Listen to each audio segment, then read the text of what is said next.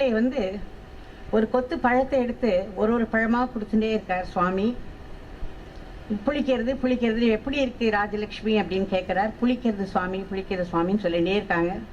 கடைசியில் இவங்களுக்கு முறைன்னு ஆயிடுறது, எத்தனை சாப்பிட்றது, அதனால சாமி எல்லாம் ஒரே மாதிரி இருக்கு அப்படின்னு சொல்லி முடிக்கிறாங்க. அது சொன்ன உடனே நிறுத்திடுறார் சுவாமி. ஏன்னா நமக்கு எல்லாமே நல்லதோ கெட்டதோ எல்லாமே இறை அருளா இறை கிருப்பையா பார்க்கக்கூடிய நிலை வரையிலும் அந்த பேதங்கள்லாம் நமக்கு தெரிஞ்சுட்டே இருக்கும். அந்த பேதங்கள்னால நம்ம என்ன பண்ணுவோம்னா நம்ம ஈகோ வந்து ஆக்டிவாக ரியாக்ட் பண்ணிகிட்டே இருக்கும். எப்போ பார்த்தாலும் இந்த மனசு வந்து ரியாக்ஷன் இருந்துகிட்டே இருக்கும்.